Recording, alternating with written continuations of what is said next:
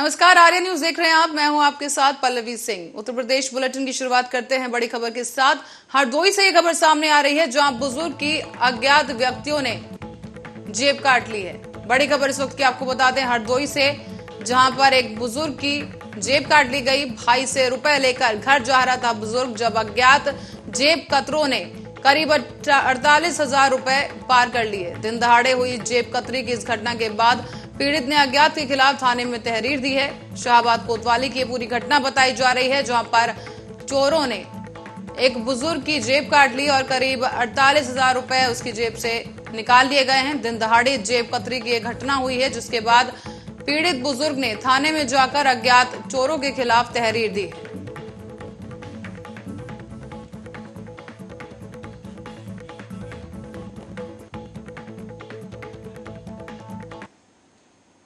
तो वहीं यूपी विधानसभा में मंगलवार को भी सत्ता पक्ष और विपक्ष के बीच वाक युद्ध जारी रहा।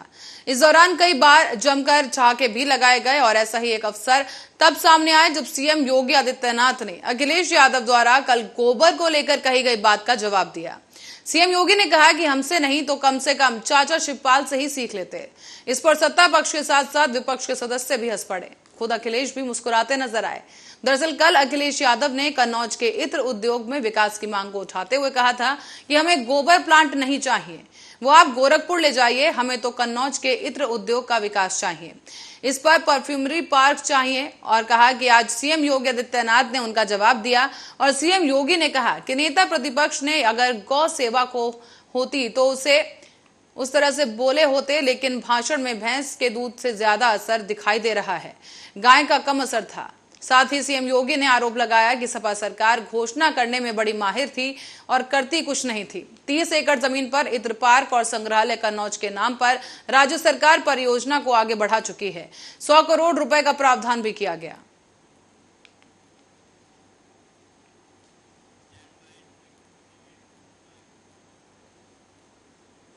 और इस बीच उत्तर प्रदेश विधानसभा चुनाव में बजट पर चर्चा का जवाब देते हुए मुख्यमंत्री योगी आदित्यनाथ नेता प्रतिपक्ष अखिलेश यादव की ओर से सुनाए गए उस किस्से पर चुटकी लेते नजर आए, जिसमें एक बच्चे ने सपा अध्यक्ष को राहुल गांधी बता डाला था।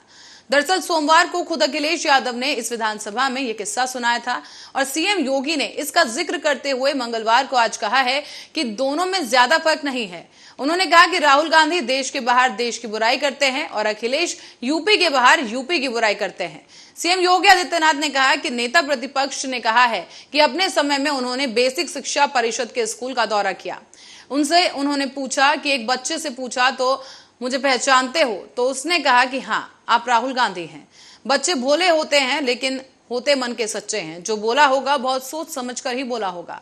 फर्क बहुत ज्यादा नहीं है। फर्क केवल यह है कि राहुल गांधी जी देश के बाहर देश की बुराई करते हैं और आप उत्तर प्रदेश के बाहर उत्तर प्रदेश की बुराई कर देते हैं।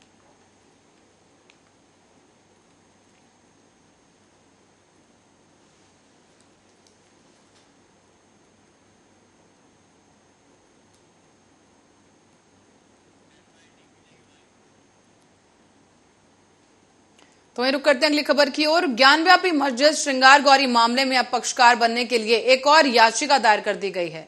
दरअसल निखिल उपाध्याय और रुद्र विक्रम सिंह की ओर से सुप्रीम कोर्ट के वरिष्ठ अधिवक्ता और भाजपा नेता अश्विनी उपाध्याय ने जिला जज की अदालत में यह प्रार्थना पत्र दिया।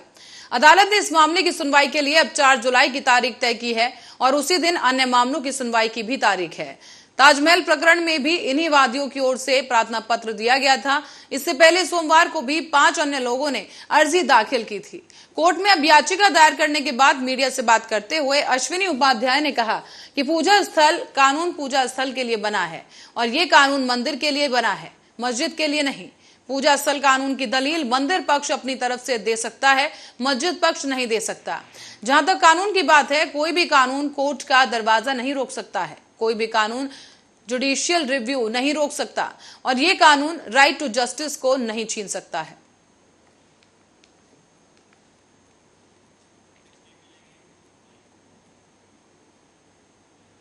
बढ़ते हैं अगली खबर की ओर। जनपद फतेहपुर से खबर सामने आई है, जहां कोतवाली खागा में चलाए जा रहे ऑपरेशन पाताल के अंतर्गत मुखबिर की सटीक सूचना पर पुलिस ने एक अवैध असला बनाने की फैक्ट्री का भांडाफोड़ किया है। इसमें आपको बता दें कि 8 निर्मित 315 बोर निर्मित और 312 बोर और अर्धनिर्मित 3 तमंचे पुलिस ने बरामद किए हैं। साथ ही आपको बता दें कि पुलिस ने 2 अभियुक्तों को गिरफ्तार कर उन पर कार्रवाई भी कर दी है।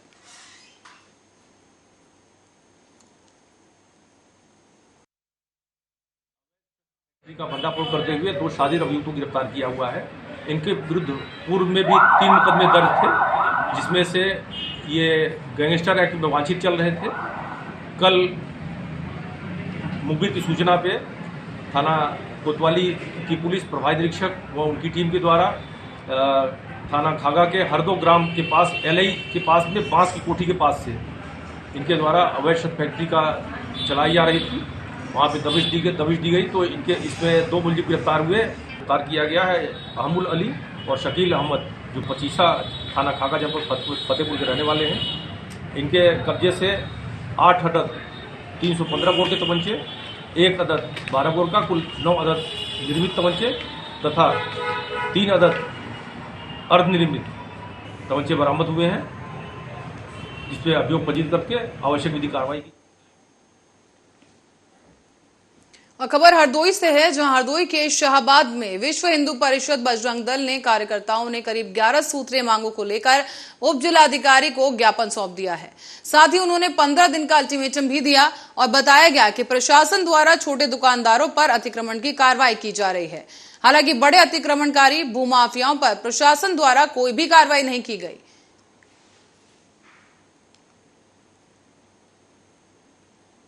शाहबाद में जिस तरीके से अतिक्रमण के नाम पर लोगों को भ्रमित किया जा रहा है, अतिक्रमण इस तरीके से हटाया नहीं जाता।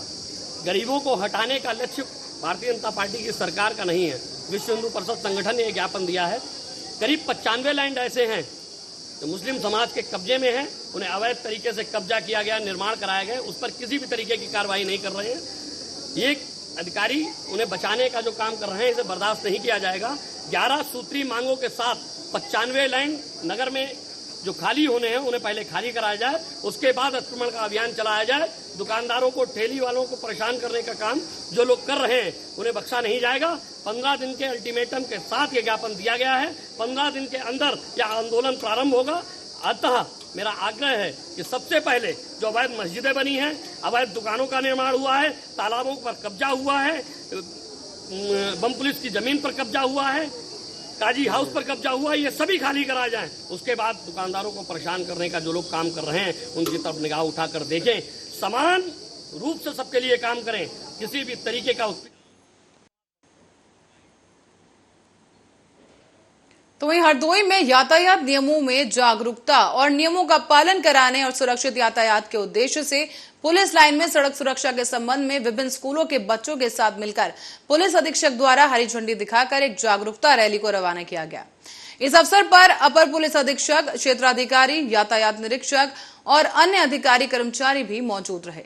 साथ ही आपको तस्वीरें भी दिखा दें, जहां पर आप देख सकते हैं कि इस जागरूकता रैली को हरी झंडी दिखाकर रवाना किया जा रहा है। इसके बाद पुलिस अधीक्षक ने जागरूकता से जुड़ी तमाम बातें भी साझा की। आप जानते हैं, सड़क सुरक्षा एवं मार्गों पर दुर्घटना रोकना ये राज्य सरकार की सर्वप्रथम प्राथमिकताओं में से एक है।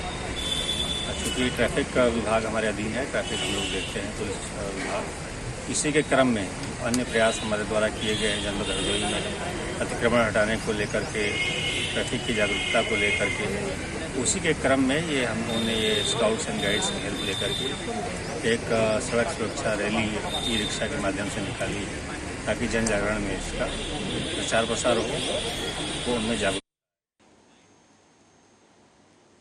तो वहीं रायबरेली में पीएम मोदी के वर्चुअल माध्यम से किसानों के संवाद कार्यक्रम में लाभार्थियों ने प्रतिभाग किया। आपको बता दें कि इस दौरान पीएम मोदी ने किसान सम्मान निधि की 11वीं किस्त किसानों को समर्पित कर दी है। प्रधानमंत्री के संबोधन से पहले सीएम योगी आदित्यनाथ ने भी विभिन्न कल्याणकारी योजनाओं के लाभार्थियों से संवाद किया था। इस दौरान लाभार्थियों ने सीएम और पीएम को लाइव सुना।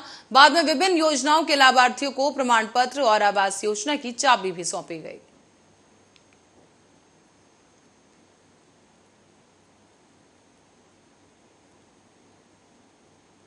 बैसन तो प्रवास से आए हैं। लक्ष्मी सिंह मेरा नाम है। क्या मिला है आपको? हाँ, मेरा मिला है, आवाज़ मिला है, इसलिए मैं अवार्ड मिला है चाबी। तो प्रधानमंत्री की योजना से जी खुशी है आपको? जी जी, बहुत खुशी है। और क्या क्या लाभ बताया गया है? शौचालय भी मिला है, राशन कार्ड भी मिला है। राशन मिलता है? जी, आपको ये चाबी मिली। आवास की चाबी मिली है? हाँ आज बहुत खुश है। हाँ, खुश हैं भाई। और क्या क्या योजनाएं बताई गई? गैस सिलेंडर मिला है और मकान मिला है मोदी की तरफ से। शौचालय बना है आपका? हाँ, बना। राशन मिलता है आपको? हाँ, राशन भी। प्रधानमंत्री की योजना से खुश हैं आप? बहुत खुश हैं, बहुत खुश हैं। जो चीज़ नहीं चाहते थे हम अपने भविष्य में, वो भी हमको मिला है। थोड़ा हमारा ये निवेदन है कि हमारा पति जो बीमार था, उसके लिए हम थोड़ा परेशान हैं और इसीलिए प्रधानमंत्री अच्छा काम कर रहे हैं। हाँ, बहुत अच्छा कर रहे हैं। इनसे हम इनसे लाभ सोचते नहीं थे कि मिले। आज एक ये जन कल्याण सम्मेलन के नाम से कार्यक्रम प्रदेश स्तर पे हो रहा है, बल्कि पूरे देश में माननीय प्रधानमंत्री जी संवाद का ये कार्यक्रम रखा गया। तो हमारे यहाँ प्रदेश स्तर से माननीय मुख्यमंत्री जी ने भी हमारे शासन की चल रही लगभग 15 योजनाओं के लाभार्थियों के साथ संवाद किया है। इस जनपद के 60 लाभार्थी ऐसे चिन्हित हैं जो लखनऊ गए हैं आज इस संवाद में प्रतिभाग करने के लिए। और उसके अलावा यहाँ जिला स्तर पे, ब्लॉक स्तर पे और कृषि विज्ञान केंद्र पे भी इस तरह के कार्यक्रम आयोजित किए जा रहे हैं, जहाँ विभिन्न योजनाओं के जो लाभार्थी हैं उनके साथ संवाद भी किया जा रहा है, उनको बताया जा रहा है सारी योजनाओं के बारे में और उनको माननीय मुख्यमंत्री जी और माननीय प्रधानमंत्री जी का संदेश सुनाने के लिए ये कार्यक्रम आयोजित किया। तो वहीं बढ़ते हैं अगली खबर की ओर। बदायूं से खबर सामने आ रही है, जहां थाना क्षेत्र दादागंज पुलिस द्वारा ऑपरेशन पाताल के दौरान एक व्यक्ति को अवैध शस्त्र फैक्ट्री चलाते हुए और भारी मात्रा में अवैध असलों के साथ गिरफ्तार किया गया। यहां आपको बता दें कि वरिष्ठ पुलिस अधीक्षक डॉक्टर ओपी सिंह के निर्देश अनुसार चलाए जा रहे ऑपरेशन पाताल के तहत ये कार्रवाई की गई और आप देख सकते हैं यहाँ पर एक आरोपी को गिरफ्तार किया गया है। अवैध शस्त्र फैक्ट्री के दौरान जब भांडाफोड़ किया गया तो रंगे हाथों इस आरोपी को गिरफ्तार कर लिया गया है।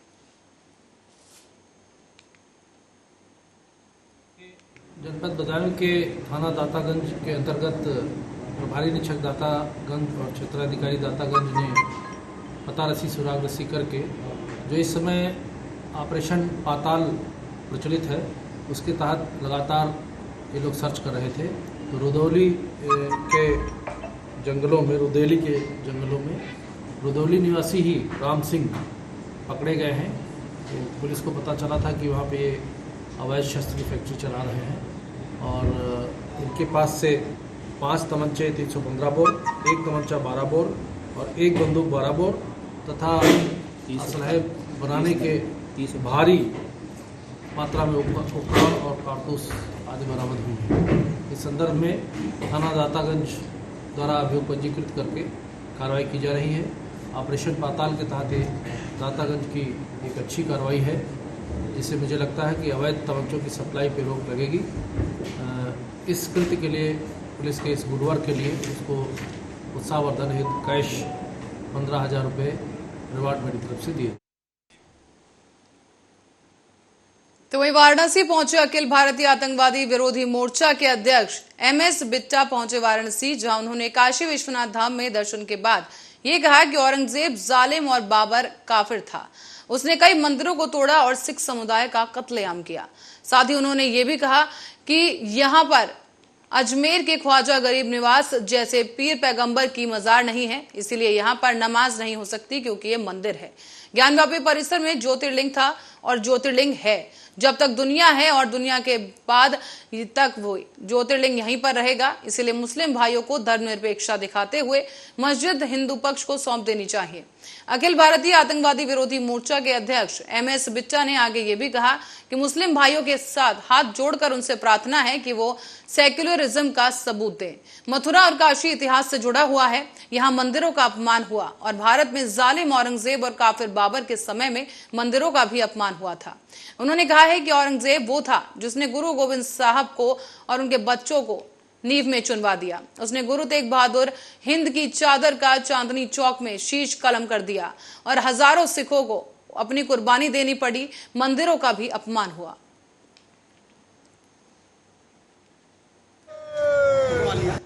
हाथ जोड़ के मेरी प्रार्थना है कि सेकुलरिज्म का सबूत दे। ये इतिहास से जुड़ा हुआ है, मथुरा और काशी इतिहास से जुड़ा हुआ है। वो सेकुलरिज्म का सबूत दे। यहाँ मंदिरों का अपमान हुआ है, काफिर बाबर के समय में, जालिम औरंगजेब के समय में मंदिरों का अपमान हुआ है। पूरे देश के कोने कोने पे अपमान हुआ है।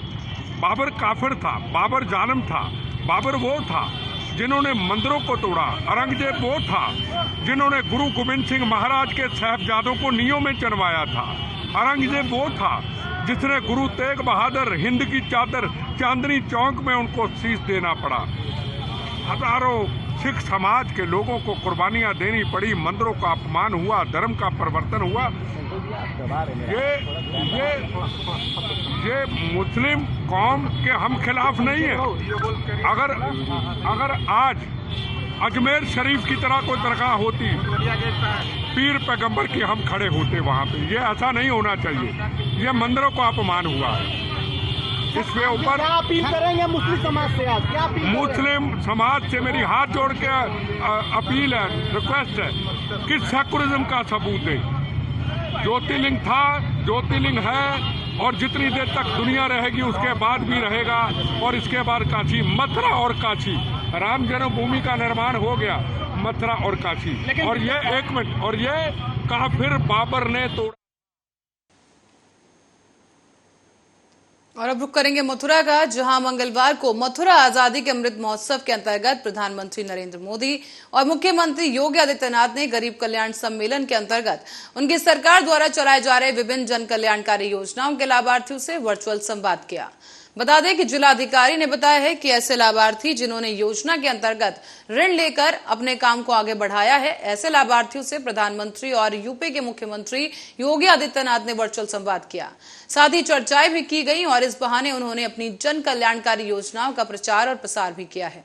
आगे उन्होंने कहा कि विकास के माध्यम से जो लाभार्थी हैं उन्हें देखने का मौका मिल रहा है, जिससे कि उन्हें प्रदेश में चल रही योजना के बारे में जानकारी मिली।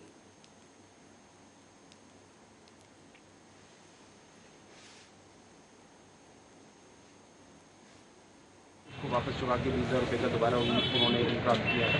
और अपना जो रोज़गार है, स्वरोजगार है, उसको अच्छे से चला रहे हैं। एक उन्होंने स्टॉल लगाया है जिसमें वो चाउमीन, बर्गर, पैटीज इत्यादि की बिक्री करते हैं। साथ ही साथ एक चाय की शॉप है, तो उसमें उन्होंने अपने रोज़गार को और आगे, स्वरोजगार को और आगे बढ़ाने का काम किया है।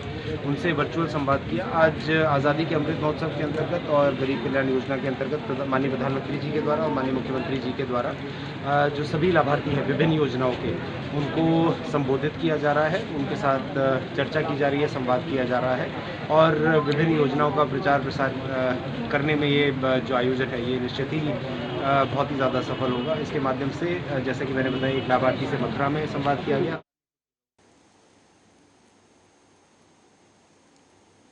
और एक बड़ी खबर औरैया से इस वक्त की सामने आ रही है, जिससे आपको रूबरू करा दें कि औरैया में इस वक्त की बड़ी खबर, जहां थाने के अंदर भी नहीं है महिलाएं सुरक्षित। थाने के अंदर महिलाओं की चप्पल से पिटाई करने का एक मामला सामने आया है औरैया में, जहां आप देख सकते हैं वीडियो भी वहां से सामने आ रहा है, जहां पर महिलाओं की पिटाई की जा रही है। और ये जो वीडियो है थाना परिसर का बताया जा रहा है। थाने के अंदर भी यानी महिलाएं सुरक्षित नहीं है।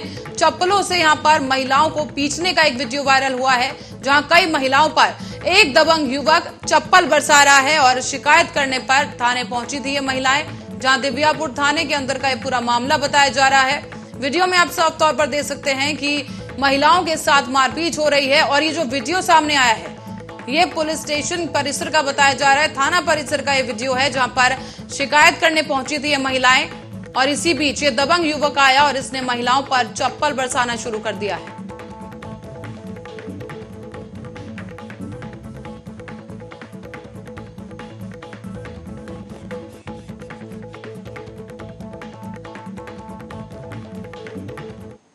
और इसी के साथ ही बुलेटिन में फिलहाल के लिए इतना ही। आप बने रहे हमारे साथ, देखते रहे आर्या न्यूज।